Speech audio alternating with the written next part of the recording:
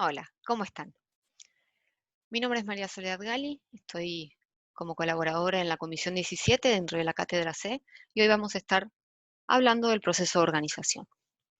Antes que nada, me gustaría contextualizar en qué parte del programa nos situamos. Estamos en el módulo 2, Dinámica Organizacional, unidad 4, Proceso Administrativo y Aspectos HART, y estos son los temas que vamos a estar abordando dentro de otros en el proceso de organización. La bibliografía que vamos a estar usando y que ustedes van a tener que leer es el capítulo 11 y 12 de Robbins y el capítulo 8 y 9 de Kuntz. Ahora, ¿cuáles son los objetivos de estudio, los conocimientos esenciales que pretendemos que ustedes adquieran después de haber visto el video, después de haber leído la bibliografía y hecho la autoevaluación? Primero que nada, que sepan definir y que sepan qué es organizar. Después, ¿qué es la estructura organizacional? ¿Cuáles son las variables de diseño de esa estructura y cuáles son los determinantes de la estructura? Ahora sí, vamos a empezar con el proceso de organización. Y para esto, como ustedes ya ven, aparece la foto de Henry Fayol. Henry Fayol nos mostró que es una de las subfunciones administrativas, ¿sí? Él definió que dentro de la función administrativa está la de planificar, la de organizar, la de mandar o dirigir, la de coordinar y la de controlar. Hoy en día es parte de los procesos básicos, el proceso de organización, y está, por supuesto, dentro de lo que se denomina el proceso administrativo. Ahora bien, a mí me gustaría detenerme un segundito en la definición de Etzioni de lo que es una organización, que ustedes la tienen en la unidad 1, en el capítulo de Gili, creo que es uno de los primeros, si no es el primer párrafo, es el segundo. Y Etzioni nos dice que una organización es una unidad social, o sea, un grupo de personas construida y reconstruida deliberadamente para la consecución de determinado fin. Ustedes ven que yo resalté o puse con otro color la palabra construida y reconstruida. Y de eso se trata el proceso de organización. Entonces, ahora vamos a ir a ver qué es organizar para poder saber de qué va a tratar el proceso de organizar. Organizar no es más ni menos que disponer y estructurar el trabajo para lograr los objetivos organizacionales. O sea, no es más ni menos que el proceso a través del cual vamos a estar diseñando la estructura organizacional. Entonces, todo lo que tenga que ver con la estructura de la organización, los elementos de diseño y sus determinantes está dentro de lo que llamamos el proceso de organizar o el proceso de organización. Y ahora quiero volver a la definición de Etzioni para que ustedes sepan por qué elegí esta definición. A mí es la definición que más me gusta y es por esto, y la voy a leer de una forma diferente. Etzioni nos dice que es una unidad social diseñada y rediseñada deliberadamente para la consecución de determinado fin. Etzioni lo que nos está diciendo es que el diseño de esa organización, la construcción de esa organización, está en el origen y está en toda la vida de la misma. Por eso, cuando nosotros creemos las estructuras organizacionales, son para el inicio de la organización y después vamos a estar rediseñándolas constantemente. Eso es lo interesante para mí de esta definición. Entonces ya sabemos lo que es organizar. Va a tener que ver con la estructura organizacional y con el diseño. Ahora, ¿sabemos lo que es una estructura organizacional? La estructura organizacional está compuesta, si hiciéramos una ecuación matemática, por una estructura formal más una estructura informal.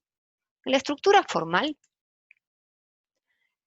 es toda la disposición de los puestos de trabajo dentro de la organización deliberadamente decididos por la organización. La representación gráfica de la estructura formal es el organigrama, que es la imagen que ustedes tienen a la derecha. Entonces, ¿qué es la estructura formal? La disposición formal de los puestos de trabajo dentro de la organización, pero ¿qué significa? Significa dividir las labores entre puestos y áreas, asignar tareas, actividades, funciones dentro de la organización, establecer relaciones entre individuos y entre áreas y el contexto, establecer líneas de autoridad, establecer canales de comunicación, definir esas tareas, esas actividades, esas responsabilidades en manuales, en procedimientos, para que todos sepan y estén en conocimiento de qué es lo que se espera de ellos en la organización, y siempre teniendo en cuenta los objetivos organizacionales. Esta es la parte que la organización diseña, esta es la parte de la que se nutre el proceso de organización. Ahora, también existe una estructura informal, que es la relación de afinidad o no que se da entre los miembros de la organización y que puede o no estar influenciada por el flujo de trabajo. ¿Se acuerdan que Etzioni arranca diciendo en su definición que es una unidad social? Una unidad social es un grupo de personas. Es inherente al ser humano la capacidad de generar afinidad con otros seres humanos. Entonces, en una organización es inevitable que existan relaciones de afinidad o no, ¿sí? Que puedan o no estar influenciadas por el puesto que ocupo. Y esto sí igualmente va a ser parte de la organización y se va a llamar la estructura informal. Lo que ustedes ven ahí es una foto de la gran mayoría de los integrantes de la Comisión 17, entre adjuntos, titulares, ayudantes, tutores, casi todos estamos en esa foto. Esa foto fue tomada hace no tanto, en una juntada de inicio de cursada. Lo que ustedes pueden ver ahí es algo que la facultad no puede diseñar dentro del proceso de organización, y es el grado de afinidad, las relaciones, los vínculos que se pueden dar informalmente entre las personas independientemente del puesto que ocupen en la organización. Entonces,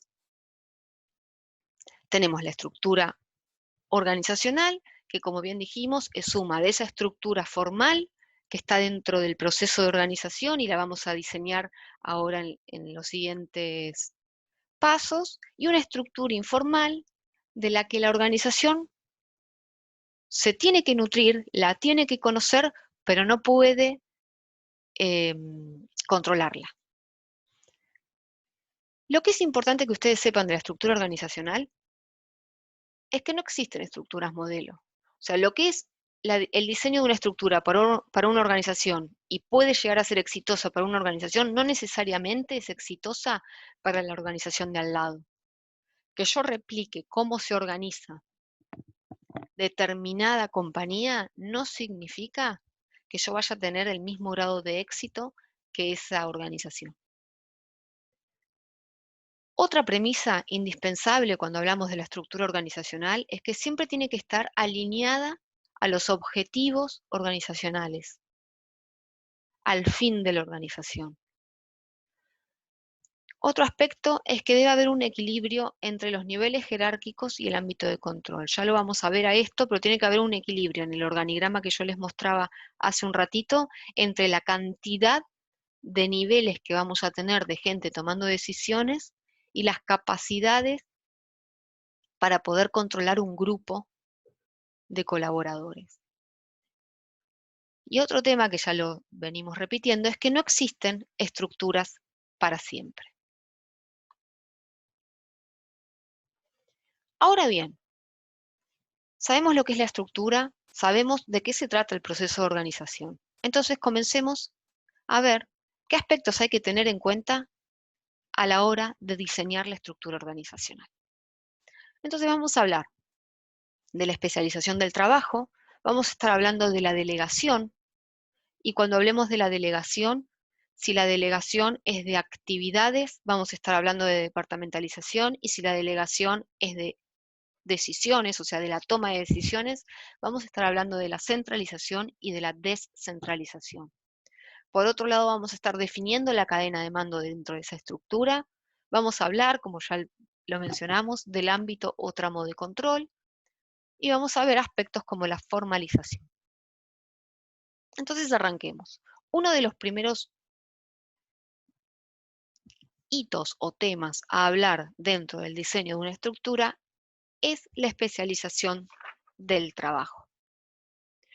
¿Y qué es la especialización del trabajo? Ustedes ya vieron en la unidad 2 a Taylor, a sus continuadores, entre ellos Ford, que se dedicaron al estudio, ¿sí?, de los movimientos, de las tareas, ¿para qué? Para hacer exhaustiva la división del trabajo y poder lograr la especialización y con ello la estandarización. Entonces no es más que la acción de dividir las actividades laborales en tareas específicas para distintos puestos de trabajo.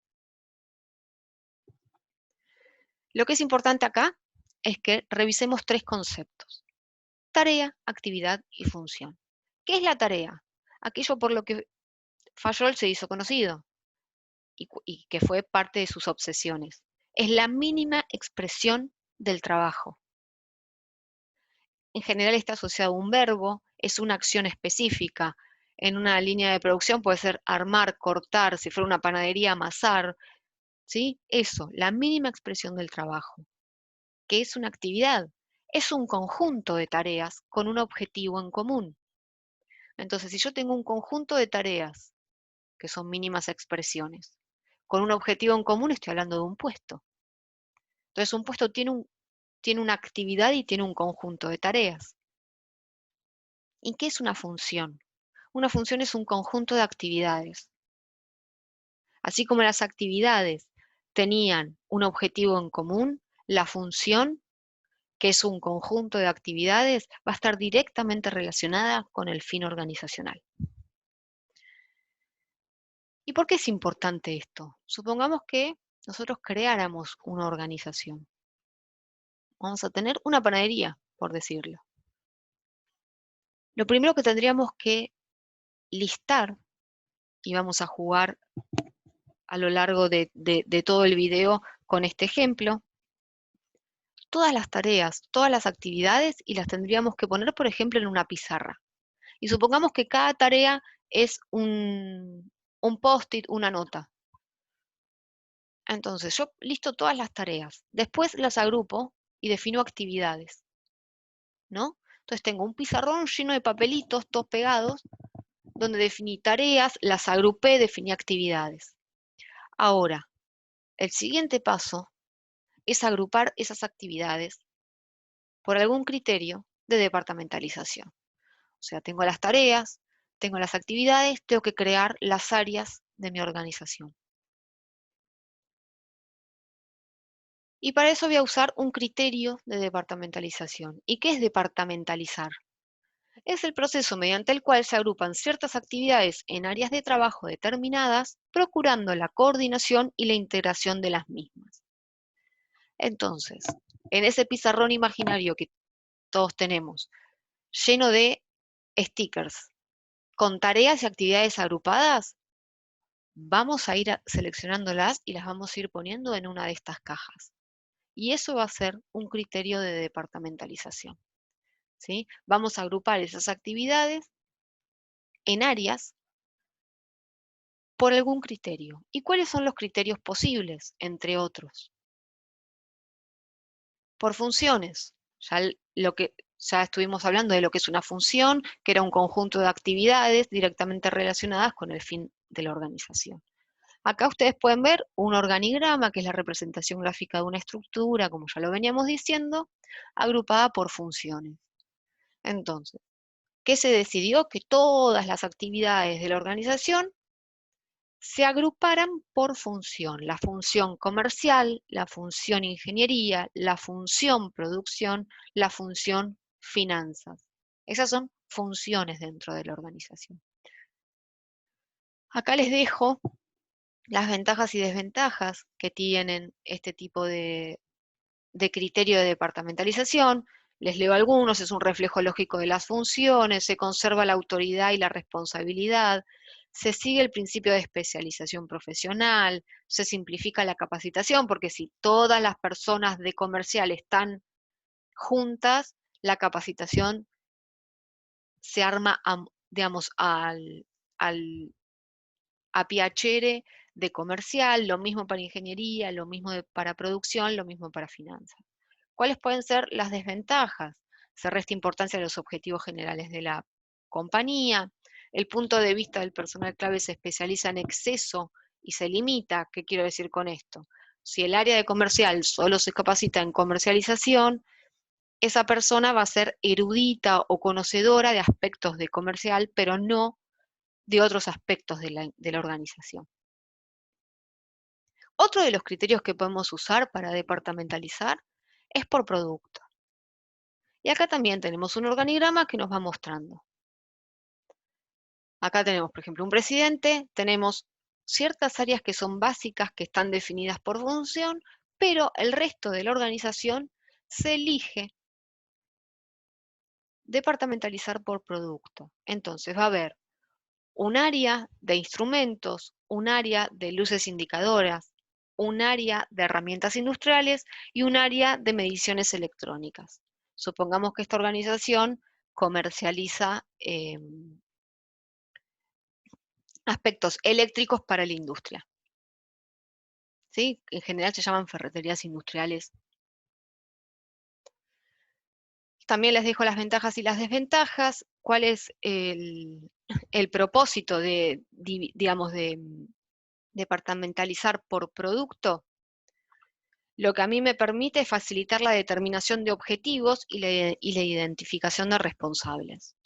Algunas de las desventajas que podemos ver es que se necesita más personal y capacitación, ¿sí? Porque si ustedes miran, en cada una de estas áreas por producto, se replican áreas por función. O sea, abajo de instrumentos existe un área de ingeniería, existe un área de producción, existe un área de contabilidad y existe un área de ventas.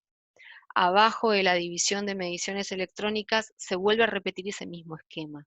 Y esto implica mayores costos para la organización. Otro de los criterios que podemos usar es por zonas geográficas o áreas geográficas. Entonces vamos a ver que parte de la organización se dividió en región occidente, región sureste, región centro, región sureste, repetida, región este. Ah, no, suroeste y sureste, y región este. Después, como ustedes bien ya lo vieron en la departamentalización por producto, adentro de cada una de las regiones se vuelven a repetir ciertas actividades y se vuelve a elegir un criterio por función. Ingeniería, producción, contabilidad. Entonces, ¿qué es esto? Agrupar las actividades en diferentes zonas geográficas. ¿Cuáles son las ventajas que se le delega la responsabilidad a los niveles inferiores? Se atiende específicamente a ese entorno, a ese ambiente, a esa región donde se ubica la organización. ¿Cuáles pueden ser las desventajas? Se requiere más personal, se duplican las tareas, se duplican las áreas, se dificulta el control en las áreas altas de la organización, o sea, en la dirección. ¿Qué tipo de estructuras o qué tipo de organizaciones usan estas estructuras? En general, los bancos suelen usar este tipo de criterio de departamentalización. También algunas empresas multinacionales utilizan, dado que son globales, utilizan la departamentalización por zona geográfica para poder identificar los mercados a los que atiende. Otro de los criterios por los cuales también se pueden hacer las áreas de la organización es por cliente. Entonces vamos a agrupar las actividades para responder a las demandas específicas de esos clientes. Esto también lo vamos a ver en los bancos, de hecho este ejemplo es para bancos, también lo podemos ver en supermercados minoristas y mayoristas, distribuidores, ¿sí? Lo podemos ver en las aerolíneas que tienen a los pasajeros de primera, de business, de economy. Podemos verlo en los bancos, ya lo dije, con los distintos tipos de cartera de clientes que tenemos los Classic, tenemos los Gold, los Platinum, los Black. ¿Cuáles son las ventajas de departamentalizar por cliente? Primero es que como toda la organización y todas las tareas están agrupadas para atender a un tipo de cliente, se hace foco en la necesidad de ese cliente. Y al hacer foco en el cliente, en ese nicho de clientes, también tenemos una interrelación muy fuerte con ese cliente porque sabemos qué espera y qué es lo que quiere. ¿Cuáles son las desventajas? Lo mismo que las otras que venimos mencionando. Se requiere mucho personal y la especialización específica en los clientes a veces es un costo muy grande para la organización. Otro de los criterios que podemos usar es por tiempo. En general esto lo vemos claro en las escuelas, en la primaria, secundaria, en la facultad también, en algunas empresas productivas, dentro del área de producción también se puede hacer alguna distribución. Y es por tiempo, o sea que es por turno, turno mañana, turno tarde, turno noche, ¿sí? Y vamos a estructurar todas las actividades de la organización a través de ese criterio, o por lo menos, en este caso, las tareas de la gerencia de producción. Otro agrupador puede ser por proyecto. Entonces, como ya veníamos diciendo, vamos a agrupar las actividades teniendo en cuenta cuál va a ser, ¿sí?, el proyecto de la organización. Vamos a dividir la estructura de la organización en función de los proyectos que la organización vaya teniendo.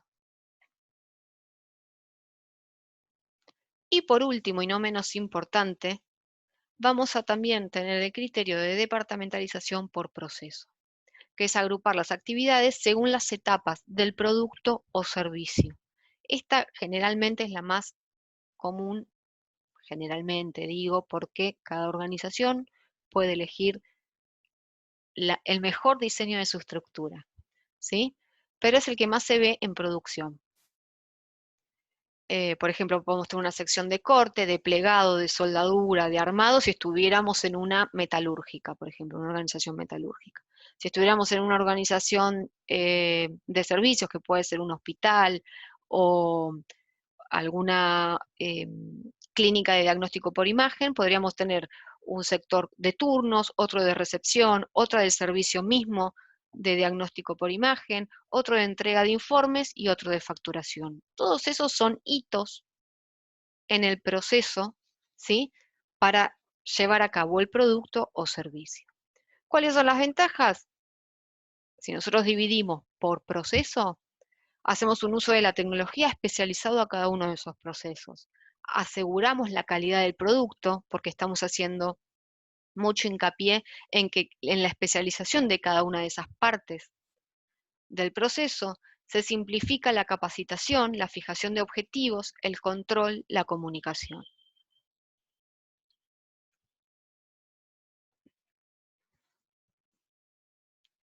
Entonces, listamos en el pizarrón las tareas, las agrupamos para determinar actividades y elegimos algunos criterios, que son estas cajitas, para agruparlas y crear las áreas de la organización. Entonces, como colorario de lo que es la departamentalización, yo les dejo acá un organigrama, no representa ninguna organización real, es inventado, de hecho, es en el juego de inventarla, es una organización que se dedica a la comercialización y producción de quesos.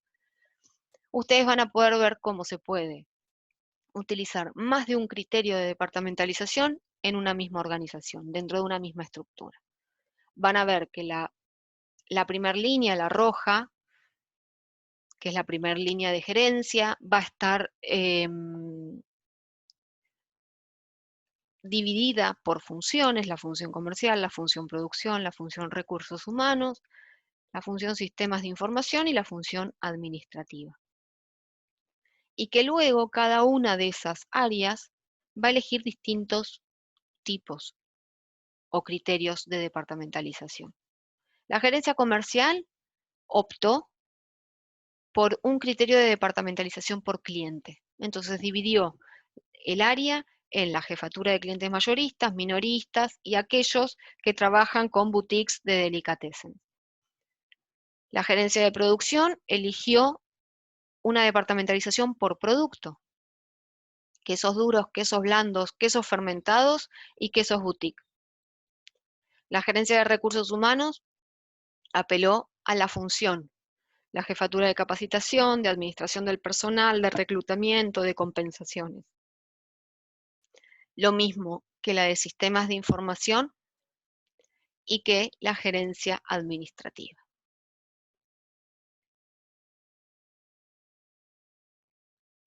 Entonces ya sabemos qué significa delegar actividades, ¿sí? Vamos a estar departamentalizando, vamos a estar generando las áreas de la organización. Ahora bien, pasemos a la delegación en la toma de decisiones. Entonces, cuando hablamos de centralización o descentralización, siempre, siempre, siempre estamos hablando de la toma de decisiones. Entonces, ¿qué es la centralización? La centralización es la concentración de la toma de decisiones en los niveles más altos de la organización. ¿Cuáles son las ventajas?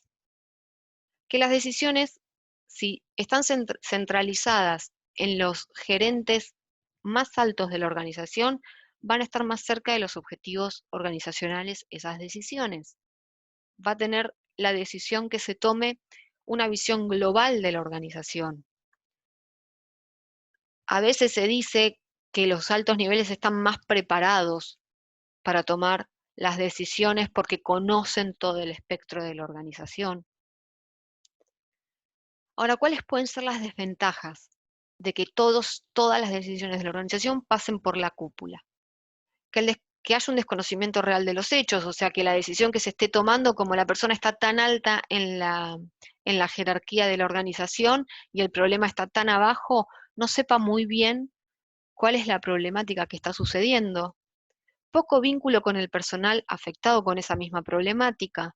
Las líneas de comunicación, si son muy lentas y hay teléfono descompuesto, incluso me pueden llevar a tomar malas decisiones. Y por otro lado, ¿qué es la descentralización? Es la discrecionalidad, ¿sí?, que se le da a puestos de niveles inferiores dentro de la organización para tomar decisiones que involucran la operatoria de su puesto. O sea, cuando centralizamos, todas las decisiones se toman en la cúspide de la organización, en los cargos más altos de la organización. Cuando descentralizamos, le vamos otorgando, ¿sí?, al resto de la estructura de la organización poder de decisión en algunos aspectos, no en todos. ¿Cuáles son las ventajas? Puede haber mayor rapidez para solucionar los problemas porque la persona que está teniendo el problema, al brindarle cierta discrecionalidad para tomar decisiones, muy probablemente pueda resolverlo y si no su superior puede ayudarlo a resolverlo. Aumenta la eficiencia y la motivación porque las personas tienen capacidad de decisión, entonces se sienten mejor a la hora de ejecutar su trabajo. Permite solucionar problemas de forma rápida. Ahora bien, ¿cuáles pueden ser las desventajas? Que haya falta de uniformidad en las decisiones. O sea, nos ha pasado a todos que a veces nos dicen una cosa y después era otra, o sea, que dos empleados ante la misma problemática tomen una decisión diferente. Eso puede pasar. Y a veces también lo que puede ocurrir es que si tenemos especialistas en la organización, haya un desaprovechamiento de esos especialistas justamente porque cualquiera puede estar tomando las decisiones. Otro de los aspectos a tener en cuenta en la estructura, o sea, ya hablamos de la especialización del trabajo, elegimos las áreas, definimos qué grado de centralización o descentralización va a tener mi organización en la toma de decisiones. Ahora tenemos que definir la cadena de mando. La cadena de mando, voy a leerlo y después vamos a entrar en detalle, es la línea de autoridad que se extiende desde los niveles organizacionales más altos hasta los más bajos y que ayuda a especificar quién reporta a quién. ¿Quién reporta a quién? En el capítulo 11 de Robbins, esta es la definición, y nos dice que la cadena de mando tiene tres conceptos asociados. La autoridad, por supuesto, está dentro de la definición, la responsabilidad y la unidad de mando. Sin estos tres conceptos asociados, es muy difícil entender la cadena de mando. Entonces, adentrémonos a hablar un ratito de qué es la autoridad. Y para poder definir la autoridad, tenemos que hacer una distinción entre lo que es poder y autoridad. Este material está dentro del capítulo 9 de Kuntz. Robbins hace una mención a la autoridad y los tipos, pero no la vamos a tomar a nivel de cátedra, sino que vamos a estar adoptando esta tipología de autoridad. ¿Qué es el poder? Es la capacidad que tienen los individuos o grupos para inducir o influir en las creencias o acciones de otras personas o grupos. O sea, si yo puedo influir en tu comportamiento, estoy ejerciendo poder en vos. Ahora, ¿la autoridad es lo mismo? No. La autoridad es el derecho inherente a un cargo, a un puesto de la organización, de ejercer discrecionalidad en la toma de decisiones que afectan a otros. O sea, es el cambio del comportamiento en otra persona de la organización porque el puesto define que yo tengo esa autoridad. Si yo cambio de puesto, esa autoridad no se va conmigo, queda en el puesto para quien ocupe ese puesto. Y hay tres tipos de autoridades, o vamos a estar hablando de tres tipos. Una autoridad de línea, que es la relación en la que un superior supervisa directamente un subordinado, o sea, es el jefe y la gente que tiene a cargo. Esa autoridad que tiene el jefe para tomar decisiones respecto del grupo con el que trabaja. Después existe una autoridad de staff, ¿sí? La definición dice que es la función de quienes tienen una capacidad puramente de personal de staff, es la de investigar, buscar y dar asesoría a los gerentes de línea. A ustedes lo que tiene que quedarles claro es esto último. La autoridad de staff es la autoridad de los asesores, que, como son especialistas, recaudan un montón de información que ponen a disposición del jefe, del gerente, o sea, de aquel que detenta la autoridad de línea para que tome una decisión. Pero ellos no toman decisiones, ¿sí? Sino que vehiculizan información para que otro tome decisiones. Y por último está la autoridad funcional. ¿Se acuerdan que la función era un criterio de departamentalización y antes lo habíamos definido como un conjunto de actividades, ¿sí? Que tienen relación directa con el fin de la organización? Entonces, la función en la organización, la función comercial, la función producción, la función recursos humanos, también detenta una autoridad por hacia el resto de las funciones. La autoridad funcional es el derecho que se delega a un individuo o departamento para controlar procesos, prácticas, políticas específicas u otros asuntos relacionados con actividades realizadas por personal de otros departamentos. Y sin un ejemplo creo que no va a quedar del todo claro. La función recursos humanos tiene la autoridad funcional para controlar los procesos, las prácticas, las políticas de recursos humanos y cualquier otro asunto relacionado con recursos humanos de toda la organización.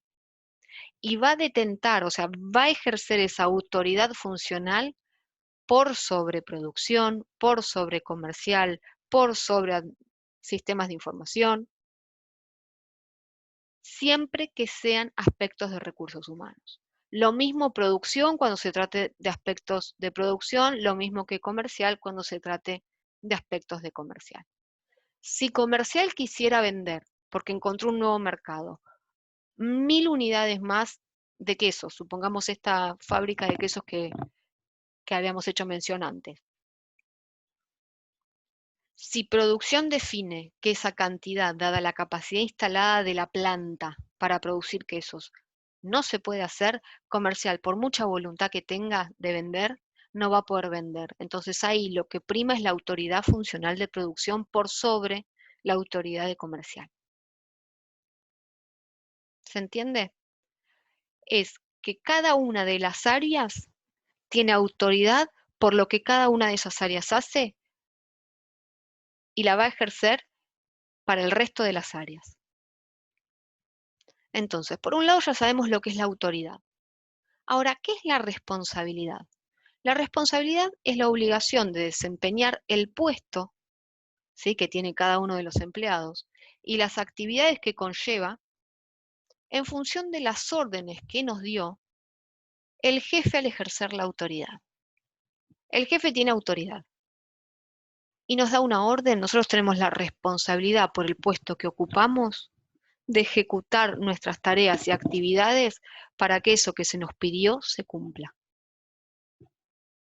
Y por otro lado, la unidad de mando, otra vez volvemos a hablar de Fayol, es uno de los 14 principios de Fayol y ustedes ya saben que es que cada empleado reporta únicamente a un jefe.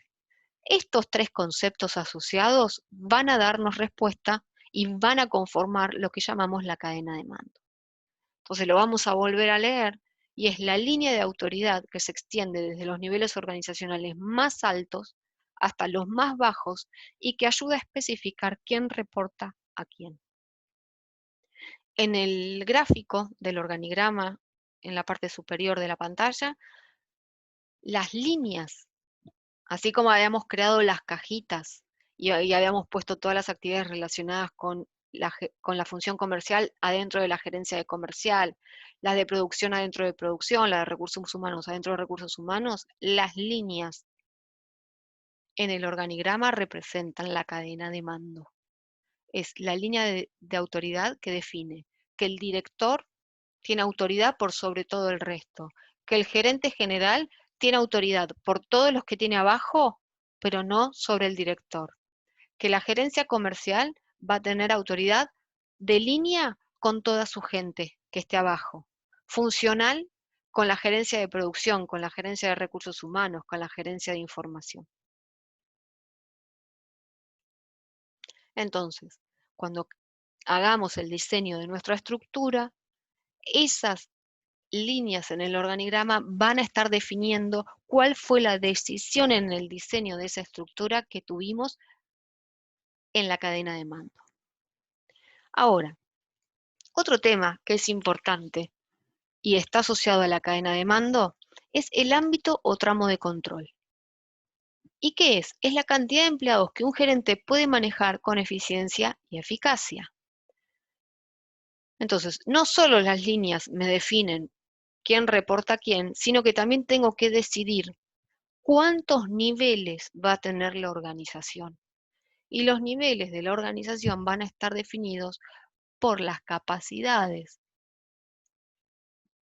de los gerentes y el tipo de tarea, y ahí me va a dar la cantidad de empleados que puede manejar con eficiencia y eficacia. ¿Es lo mismo un jefe de una línea de producción totalmente automatizada, totalmente formalizada, totalmente procedimentada, como las que creaba Taylor, que el jefe de proyectos de Google? ¿Pueden manejar la misma cantidad de gente? Me parece que no. No sé a ustedes, pero a mí me parece que no.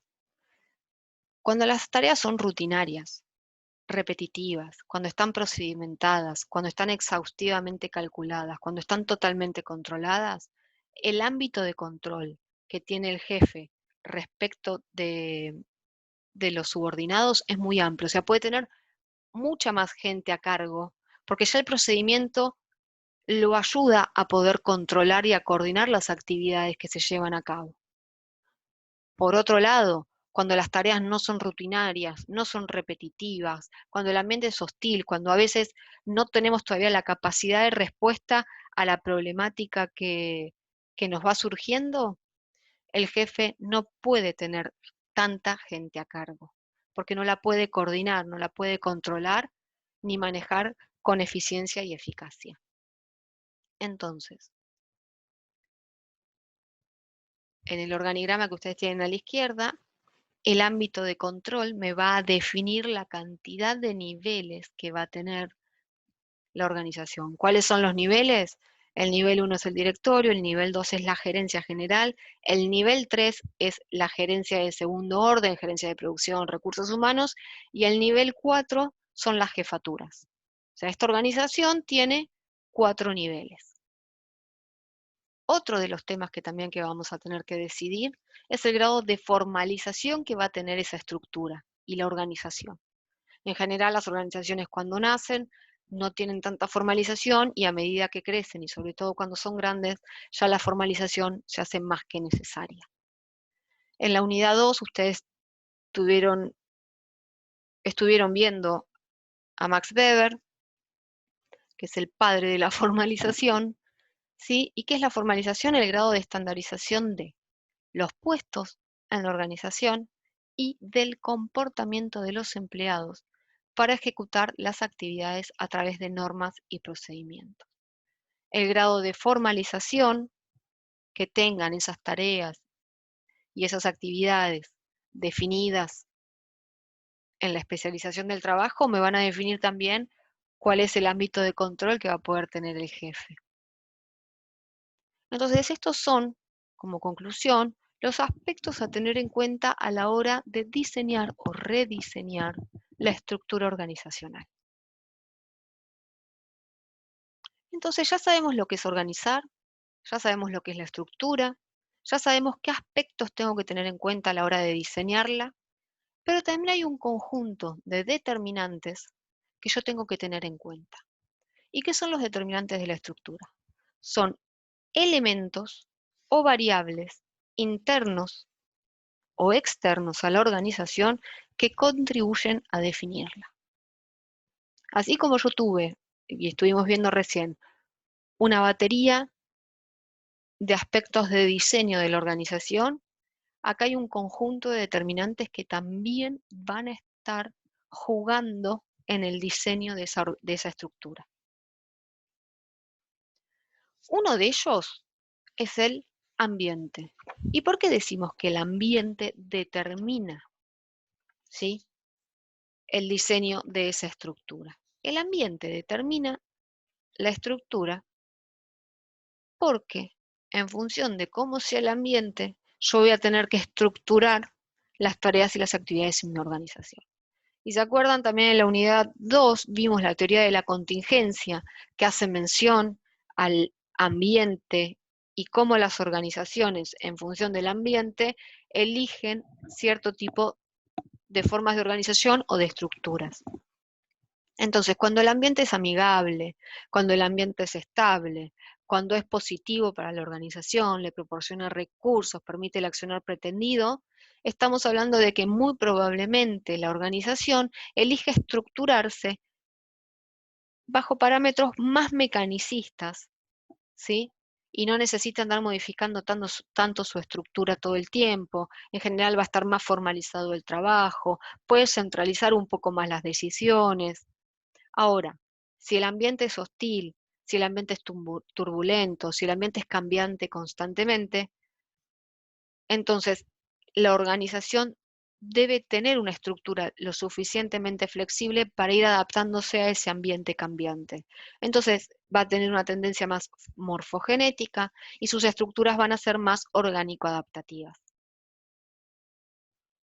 Entonces ahí vemos cómo el ambiente y en función de cómo es ese ambiente, yo también tengo que pensar cómo voy a diseñar mi estructura organizacional. Otro de los aspectos a tener en cuenta es el tamaño. Cuando una organización recién arranca y es muy pequeña, en general va a estar poco formalizada, va a tener pocos niveles, va a estar totalmente centralizada la toma de decisiones en el dueño de esa organización o en los dueños de esa organización. En cambio, cuando esa organización va creciendo y el tamaño ya es más grande, voy a necesitar formalizar ciertos procedimientos, voy a necesitar agregar áreas, voy a necesitar complejizar esa estructura, empezar a descentralizar la autoridad, la toma de decisiones, voy a necesitar agregar mayor tipo de actividades, nuevas tareas, nuevas funciones. Entonces, en función del tamaño que tenga mi organización, yo también tengo que tener en cuenta, ¿sí?, estos aspectos para el diseño de mi organización. El tercero de los determinantes es la tecnología. ¿Y qué es la tecnología? Es el conjunto de conocimientos, técnicas, instrumentos, maquinarias, herramientas utilizados en el núcleo operativo de la organización para la transformación de insumos en productos o servicios. ¿Sí? Entonces es todo ese conjunto de conocimientos, herramientas, técnicas, máquinas aplicados a la transformación de insumos en productos o servicios, dependiendo de cuál es la organización. Entonces, cuantos más conocimientos, más herramientas, más maquinarias utilicemos, más tecnológica va a ser la organización. Entonces eso nos va a derivar en un tipo de estructura diferente al de una organización que no tiene tanta tecnología aplicada al proceso productivo o de servicio. Y acá se viene el ejemplo. Si nosotros estábamos con la panadería que habíamos creado, en el inicio teníamos 4 personas que se dedicaban al amasado, ¿sí? Entonces, en nuestra estructura, en el sector de amasado, había 4 colaboradores. Ahora empezamos a crecer, abrimos otra sucursal y se nos presentó la disyuntiva de seguir contratando amasadores o ya comprar máquinas amasadoras, que nos permite en mucho menor tiempo tener más cantidad de masa lista para pasar a la siguiente etapa de armado de pan, facturas, lo que fuera. Entonces yo tenía 4 amasadores, ¿sí?, 4 empleados. Ahora incorporo 2 máquinas que hacen el trabajo de esas 4 personas, con lo cual yo en mi estructura ya no tengo la necesidad de tener 4 puestos capacitados para amasar, sino que lo que necesito es 1 o a lo sumo 2 puestos para que mantengan y operen las amasadoras. Entonces ya cambian la especificación del puesto, cambian las tareas, ¿sí? Cambia la cantidad de gente. Entonces la tecnología también me va definiendo cómo son las estructuras. Por otro lado, y esto ya lo sabemos, la formalización también define cuál es el grado de, cómo va a ser la estructura, y lo mismo la profesionalización. No es lo mismo la estructura de una organización fabril, por ejemplo la panadería, donde todo puede estar procedimentado, formalizado, en qué momento se para la amasadora, en qué momento se eleva la masa, en qué momento se hace la factura, en qué momento se hornea, que un neurocirujano dentro de una clínica operando en un quirófano donde no le podés procedimentar o formalizar la tarea de operar. Sí puede tener algún procedimiento de uso de quirófano, pero nunca va a tener un procedimiento que le diga, ahora mire qué es lo que tiene ese cerebro, ahora fíjese y corte el lóbulo izquierdo. No, no, no, no, es imposible hacer un procedimiento para eso. Por eso existe la profesionalización, que es que la persona no necesita de un manual para hacer las cosas, sino que ya adquirió esas capacidades afuera de la organización. Eso también va a determinar la estructura que vamos a tener. Y por otro lado, también la estrategia que tenga la organización. Si la organización va a tender a ser más controladora, más, porque está en un ambiente más estable, entonces en general va a tender a estructuras más mecánicas. Y sin embargo, y por el opuesto, si la estrategia de la organización es ser siempre innovadora, siempre estar a la vanguardia, primera en el conjunto de organizaciones con las que compite, entonces va a tener que tender a estructuras más adaptativas del entorno.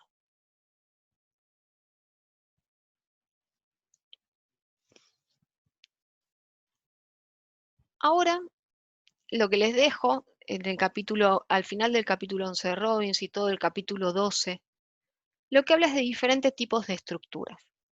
Yo se los voy a dejar para que lo lean, voy a mencionar algunas, porque ya lo hablamos al principio, no hay estructuras modelo, no hay estructuras que se puedan repetir tal cual y funcionen de la misma forma en cada organización.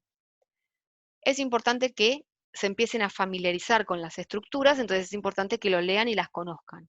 Pero no quiere decir que si yo tengo un tipo de organización me tengo que sí o sí encasillar en ser simple, funcional, divisional, de equipo, de proyecto. ¿Sí? Hay dos grandes vertientes, las tradicionales y las contemporáneas.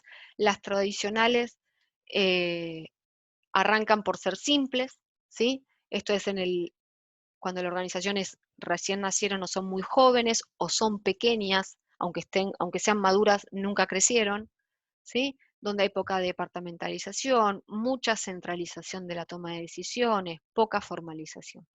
A medida que esa organización va creciendo, por tamaño, ¿sí? Por edad, se va complejizando. Y al complejizarse, puede optar por una estructura funcional o divisional.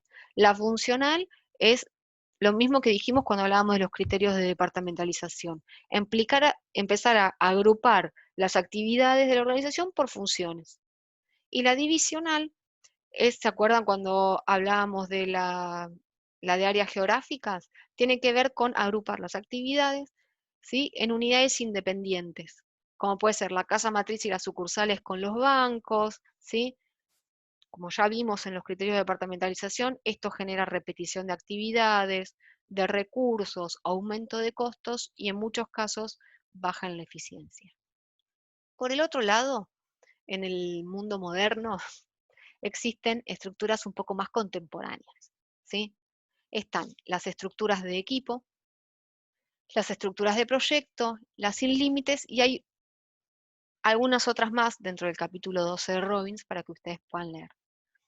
Las estructuras de equipo, el gran ejemplo de esto es Google, son estructuras en las que la totalidad de la organización está constituida por grupos o equipos de trabajo y así se dividen las áreas, las tareas y las actividades. ¿Cuáles son las ventajas? Que los empleados tienen mayor participación, están empoderados, hay claramente descentralización en la toma de decisiones. Las por proyecto es que toda la organización se divide, ¿sí? En función de los proyectos. Esto ya lo vimos en los criterios de departamentalización. Y las que no tienen límites, estas son nuevas, en general son virtuales o en red, son globales, ¿sí? Son organizaciones que operan en todo el mundo y que no van a tener estructuras físicas como las que vemos nosotros en los organigramas, sino que van a ir a buscar el recurso donde esté. No le importa si está en India, si está en China, van mutando y se van corriendo en función de la necesidad que va teniendo esa organización y esa estructura.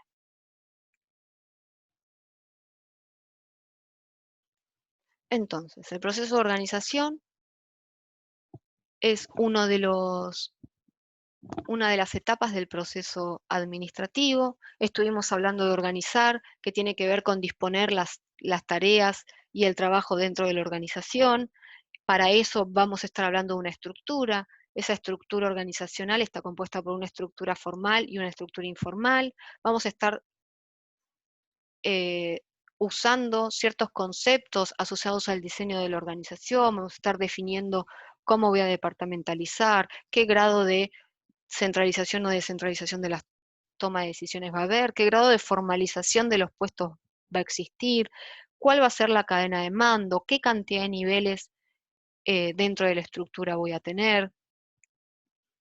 Después voy a tener que tener en cuenta otro conjunto de determinantes a la hora de diseñar esa estructura, como en qué ambiente voy a operar, cuál es el tamaño de la organización que tengo o que voy a tener cuando tenga que rediseñarla, cuáles son las tecnologías que yo aplico, cuáles son las que vaya a incorporar, cómo eso me va a impactar en la estructura organizacional, em, cuáles son las estrategias de la organización. Esos son todos los aspectos del proceso de organización. Como final, a mí me gustaría dejarles algo que en algún momento fueron las etapas del proceso de organización. Hoy yo se los voy a dejar no en términos de etapas, pero sí como para que a ustedes les quede como resumen de todo lo que estuvimos viendo. A la hora de llevar a cabo el proceso de organización, siempre tiene que haber antes una definición clara de los fines y objetivos organizacionales. Siempre. Sin fines claramente definidos, sin objetivos claramente definidos, es imposible hacer estructuras que estén alineadas a esos objetivos. Como primer medida, vamos a definir las actividades y las tareas. ¿Se acuerdan de ese gran pizarrón donde fuimos poniendo todo lo que se hace dentro de la organización para alcanzar esos objetivos? Todas esas tareas que teníamos en el pizarrón las vamos a ir guardando en cajas, ¿sí? Vamos a agrupar esas actividades según algún criterio de departamentalización que elijamos. Y ahí ya tenemos las áreas de la organización. ¿Se acuerdan del organigrama? En el organigrama teníamos las, las cajitas y después teníamos las líneas. Entonces, en las líneas vamos a estar asignando a cada área los puestos de trabajo, los métodos para llevarlo a cabo, los recursos, la autoridad, la responsabilidad y el grado de decisión. Vamos a establecer relaciones entre las áreas, vamos a definir cadenas de mando, redes de comunicación y por último, vamos a estar formalizando esa estructura para que todo el mundo sepa qué es lo que tiene que hacer, qué es lo que se espera de su puesto de trabajo, a quién reporta, quién va a ser su jefe, quién es el jefe de su jefe, cuáles son las comunicaciones formales, cuáles son las vías de comunicación formal. Y por sobre todo, además de formalizarla, hay que dotarla de flexibilidad para que, si es necesario, esa estructura pueda cambiar, pueda mutar y pueda rediseñarse.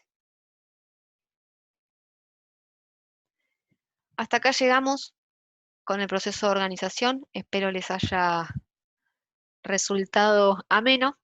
A mí es un tema que me gusta mucho y nos estamos viendo. Gracias por todo.